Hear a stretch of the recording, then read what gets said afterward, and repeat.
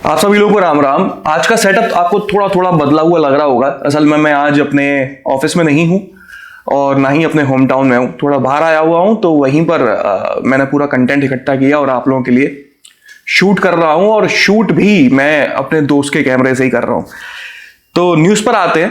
तो किया सोनेट का फेसलिफ्ट जो है जल्दी ही लॉन्च होने वाला है। आप लोगों को मैं पहले कई बार बता चुका हूं, लेकिन अब तक जो न्यूज आ रही थी वो आ रही थी कि 2024 के शुरुआत तक इसकी लॉन्च होगी, लेकिन 14 दिसंबर में इसका डेब्यू हो जाएगा। और जहां तक है दिसंबर के लास्ट या जनवरी बिल्कुल अर्ली में इसको लॉन्च कर दिया जाएगा।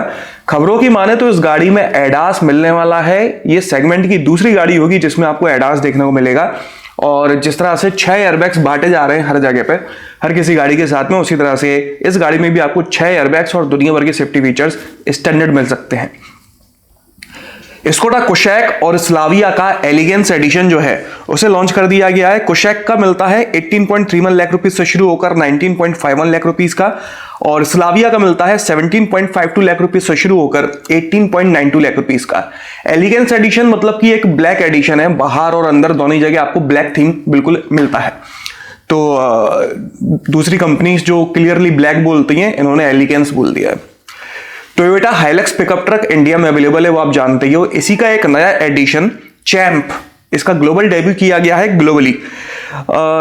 एक नया प्लेटफॉर्म टोयोटा वालों ने बनाया है जिसका नाम है IMV-O प्लेटफॉर्म। उसके ऊपर बेस्ड है ये हाइलक्स का चैंप। तो भाई इंडिया आने के चांसेस तो इसके बहुत कम है, क्योंकि इसका जो हाइलक्स है वही नहीं चला, तो हाइलक्स चैंप क्या चलेगा।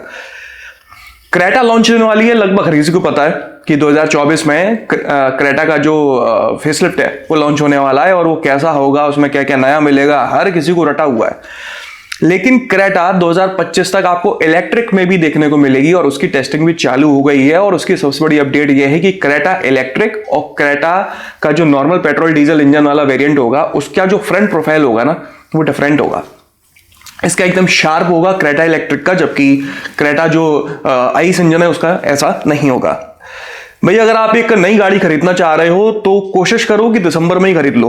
अभी भी काफी दिन बचे हैं दिसंबर के, क्योंकि जनवरी से हर किसी गाड़ी के प्राइसेस बढ़ने वाले हैं। एग्जैक्टली बोल पाना मुश्किल है कितने बढ़ेंगे, लेकिन हर किसी गाड़ी के प्राइसेस बढ़ रहे हैं। तो हो सकता है आप 20, 25, 30 हजार, 50 हजार, या हो सकता है 70, 80 हजार रुपए तक आपको ज्यादा खर्च करना पड़ जाए। डिपेंड करता है आप कौन सी गाड़ी और कौन सा वेरिएंट खरीद रहे हो। तो अगर खरीदना ही है तो अभी खरीद लो। लोगों को काफी कंफ्यूजन होता है कि नहीं यार हम नहीं खरीदेंगे ना, 2024 मतलब 2024 बिल्ड खरीदेंगे, ना कि 2023 बिल्ड खरीदें, हमारी रीसेल वैल्यू कम हो जाएगी, ये हो जाएगा, वो हो जाएगा। ये सब मिथ है, पैसे बचाओ, बात की बाद में देखेंगे यार। नेक्स्ट जनरेशन डस्टर का ग्लोबल डेब्यू कर दिया गया है। नो डाउट ये गाड़ी देखने में जबरदस्त लग रही है। जो पुरानी वाली डस्टर है उसके लुक्स से भी आप अभी तक बोर नहीं हुए हो। वो डस्टर भी देखने में आज भी सड़कों पर बेहतरीन लगती है, और ये नेक्स्ट जनरेशन भी देखने में काफी अच्छी लग रही है। लेकिन ये सिर्फ पेट्रोल में आएगी, इसमें डीजल आपको नहीं मिलेगा, और आएगी भी है 2025 के लास्ट तक आएगी इंडिया में। तो टाइम काफी पड़ा हुआ है। CMF-B मॉड्यूलर प्लेटफॉर्म के ऊपर ये बेस्ड है। Mild hybrid petrol engine, strong hybrid और LPG, इन 3 ऑप्शंस में ये अवेलेबल है ग्लोबल मार्केट में। अब इंडिया में हाइब्रिड आता है नहीं आता है, LPG होता है नहीं होता है, पता नहीं, वैसे तो मुश्किल है, LPG तो भूल ही जाओ। माइल्ड हाइब्रिड हो सकता है। 472 लीटर की इसमें बूट स्पेस दी गई है। 10.1 इंच की टच स्क्रीन मिलती है। इंफोटेनमेंट सिस्टम में एडास मिलता है। एडास तो लगभग हर किसी गाड़ी में आजकल मिलने लगा है। और 4x2 और 4x4 दोनों ही ऑप्शंस आपको इसमें मिल जाते हैं। जैसे पहले मिला करते थे वैसे इसमें आपको मिल जाएगा। तो ये एक इसका प्लस पॉइंट होगा मेरे ख्याल में। इस समय तो खैर बात कुछ और है, लेकिन ये लॉन्च होगी गाड़ी तो फुली लोडेड फैमिली पैक वाली सबसे सस्ती गाड़ी होगी डस्टर, जो आपको 4x4 भी साथ में दे रही होगी, ऐसा मेरा अंदाजा है। टाटा, मारुति और ऑडी, ये तीनों कंपनीज ने मिलकर गवर्नमेंट से रिक्वेस्ट की है कि गाड़ियों के ऊपर, इलेक्ट्रिक गाड़ियों के ऊपर जो इंसेंटिव्स या फिर कहें सब्सिडी मिल रही थी, उसको कंटिन्यू तब तक किया जाए जब तक मार्केट शेयर इलेक्ट्रिक गाड़ियों का 15 to 20% नहीं हो जाता, क्योंकि वहां से चीजों को आगे ले जाना काफी आसान होगा। लेकिन अभी मार्केट कैप्चर करना इलेक्ट्रिक गाड़ियों के लिए काफी मुश्किल हो गया है। तो देखते हैं गवर्नमेंट क्या स्टेप्स लेती क्या नहीं लेती है। आगे बढ़ते हैं। तो भाई जो चाइनीज कंपनी है SAIC, आप लोगों ने नाम सुना होगा, उसने हाथ मिला लिया है इंडियन कंपनी JSW ग्रुप से। और ये दोनों का जो जॉइंट वेंचर है वो हुआ है मॉरिस गैराजेस को इंडिया में अपने पांव और फैलाने के लिए। बीच में खबर आई थी एमजी बिकने वाला, ये होने वाला, मुझे नहीं लग रहा एमजी बिकने वाला है। एमजी को इंडिया में और फैलाने के लिए उस चाइनीज कंपनी ने जेएसडब्ल्यू ग्रुप से हाथ मिला लिए हैं। जेएसडब्ल्यू ग्रुप एक इंडियन कंपनी है। ये दोनों ने हाथ इसलिए मिलाया है ताकि जो चार्जिंग इंफ्रास्ट्रक्चर है उनको इंप्रूव किया जा सके, प्रोडक्शन कैपेसिटी को बढ़ाया जा सके और नई गाड़ियों को लॉन्च किया जा सके। इसके बदले जेएसडब्ल्यू ग्रुप इस जॉइंट वेंचर का 35% शेयर रखेगा। तो भाई हम लोग जो विद्रोह करते रहते हैं, जब कभी भी कोरोना के टाइम पे तो बहुत ज्यादा विद्रोह करा था, अब तो लोग धीरे धीरे भूलने लगे, चाइनीज सामान खरीदने लगे। अब तो चाइनीज कंपनियों के साथ टाइप भी होने लगा है, आप देख सकते हो। तो चीजें वक्त के साथ आदमी भूलने लगता है, ये फैक्ट है। जिमनी के प्राइसेस 2 लाख रुपए घटा दिए गए हैं, लेकिन परमानेंट नहीं, लिमिटेड पीरियड के लिए। अब देखो ये बिक तो नहीं रही थी, ये तो फैक्ट बात है कि जिमनी नहीं बिक रही थी। मतलब इसकी जो मेन कॉम्पिटिटर है थार, उसकी आधी बिक रही थी जिमनी। तो मारुति वालों ने एक दाव खेला है कि इसका एक थंडर एडिशन लॉन्च करा है जो आपको हर किसी वेरिएंट में मिल जाता है। इस थंडर एडिशन की वजह से जिमनी के प्राइसेस 2 लाख रुपए घट गए हैं। तो जिमनी अब 10.74 लाख रुपए से शुरू होती है, लेकिन ये हमेशा के लिए नहीं है, एक लिमिटेड पीरियड के लिए। तो अगर आप खरीदना चाहते हो तो खरीद सकते हो, वरना तो कोई बात ही नहीं। जैसे यार हम बोलो, इसमें बीच में न्यूज आई, लोगों ने फैलाई ये वो फलाना ढमका कि 2 व्हील ड्राइव आने वाला है और 2 व्हील ड्राइव के प्राइसेस कम होंगे। जिस तरह से था 2 व्हील ड्राइव को लॉन्च किया गया था, ऐसा कुछ नहीं होने वाला भाई। मारुति ने कंफर्म किया है कि 4 व्हील ड्राइव ही रहेगा, 2 व्हील ड्राइव नहीं आने वाली। टेस्ला ने फाइनली साइबर ट्रक जो है उसकी डिलीवरीज को चालू कर दिया। आप लोगों को ध्यान हो तो 2019 में साइबर ट्रक को अनवील किया गया था और ये बोल के, मतलब मैं तो कहूंगा लॉन्च किया गया था और ये बोल के अनवील किया गया था कि 2021 में इसकी डिलीवरीज चालू हो जाएंगी और करीब 2 लाख लोगों ने इसकी बुकिंग भी करवा दी थी। उस समय पर टेस्ला ने साइबर ट्रक के जो स्पेसिफिकेशंस बताए थे, वो स्पेसिफिकेशंस में साइबर ट्रक को डिलीवर नहीं किया जा रहा है, घटा दिया गया है सब कुछ। लगभग 60% ज्यादा प्राइसेस में इसे लॉन्च किया गया है और 36% कम रेंज क्लेम की जा रही है जो बताई गई थी, जो अनाउंस की गई थी।